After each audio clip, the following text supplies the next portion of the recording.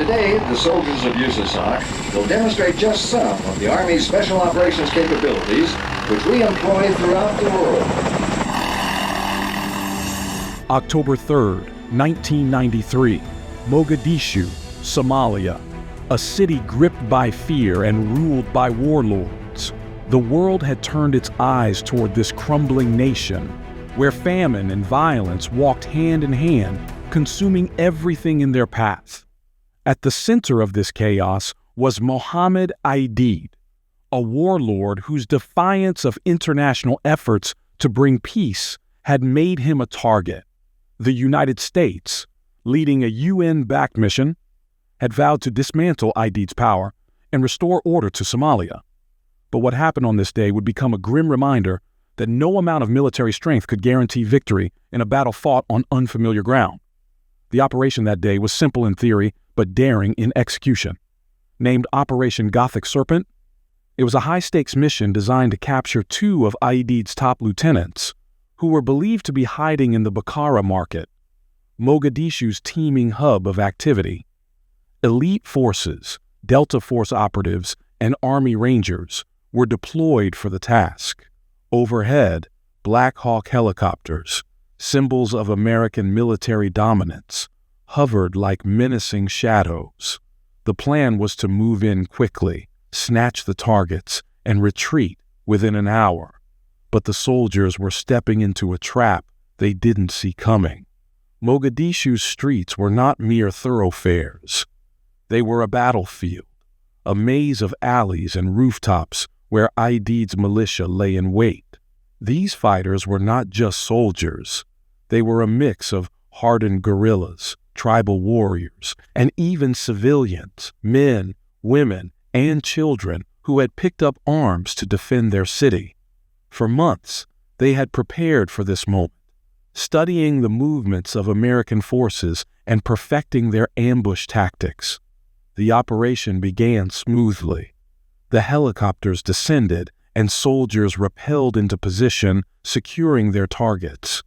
The convoy of Humvees and trucks stood ready to extract the captives. For a brief moment, it seemed as though the mission would be a success. But then came the sound that changed everything. A deafening explosion that echoed through the city. A rocket-propelled grenade, fired by a Somali fighter from a rooftop, found its mark. It struck one of the Black Hawk helicopters, codenamed Super 6-1, ripping through its tail rotor. The mighty aircraft spun out of control, its mechanical whine replaced by the sound of metal tearing through the air. Within seconds, it crashed into the narrow streets of Mogadishu. The unthinkable had happened. A symbol of American technological superiority had fallen. The downing of Super 6-1 was more than a tactical victory for the Somali fighters. It was a rallying cry. News of the crash spread like wildfire, and soon thousands of Somalis swarmed the streets. The city erupted into chaos as militias, armed civilians, and even children joined the fight. Their numbers grew with every passing moment, turning Mogadishu into a war zone unlike any other. American forces quickly scrambled to secure the crash site, but the situation was spiraling out of control.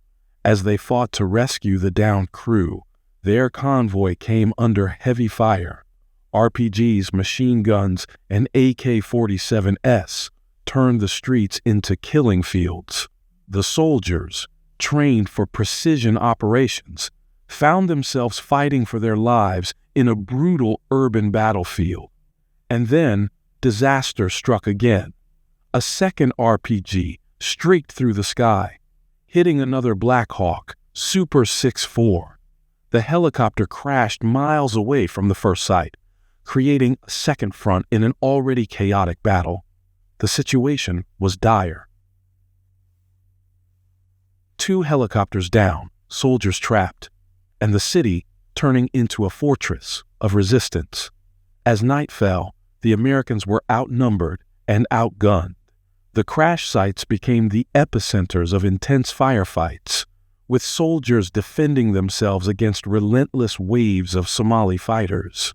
The streets of Mogadishu became a nightmarish maze, with every corner hiding snipers, every alley an ambush. The soldiers' radios crackled with desperate calls for reinforcements, but the city's labyrinthine layout made navigation almost impossible. For the Somalis, this was no ordinary battle. To them, the Americans were invaders, and the downing of the Black Hawks was a symbol of defiance. Fighters chanted slogans of victory, and even unarmed civilians hurled rocks and Molotov cocktails at the trapped soldiers. Mogadishu, a city battered by years of war, seemed to come alive with a collective will to resist. But amidst the chaos, a new chapter of bravery was being written. News of the disaster reached the United Nations base, where Pakistani and Malaysian peacekeeping forces were stationed. Despite being lightly armed and already stretched thin, these soldiers volunteered to join the rescue mission. Their task was daunting: navigate the most dangerous parts of Mogadishu under heavy fire, to extract the trapped Americans and recover the bodies of the fallen. The Pakistanis led the charge, their tanks and armored vehicles rumbling into the city. Somali fighters unleashed a torrent of gunfire and RPGs, but the Pakistani soldiers pressed on. They knew the risks. They had already lost men in earlier clashes with Aidid's forces. But their resolve was unshakable. One Pakistani tank driver reportedly refused to abandon his position even as his vehicle was struck multiple times. "If we turn back now," he said, "we leave them to die." Malaysian forces joined the effort, their armored personnel carriers providing crucial support. Together, these peacekeepers fought their way through Mogadishu's hostile streets, dodging ambushes and returning fire to secure a path to the crash sites. The bravery they displayed that night became a testament to the spirit of international cooperation and selflessness. The rescue mission was a success, but it came at a heavy cost. 19 American soldiers were killed, more than 70 were wounded, and one Pakistani soldier lost his life. Hundreds of Somalis, including civilians, lay dead or injured. The city was left scarred, its streets littered with debris, blood, and the haunting echoes of battle. The images from Mogadishu shocked the world. The sight of American soldiers' bodies being dragged through the streets by jubilant mobs became a symbol of the operation's failure. Back in the United States, the incident sparked outrage and soul-searching. Within months, American forces withdrew from Somalia, leaving behind a nation still gripped by turmoil.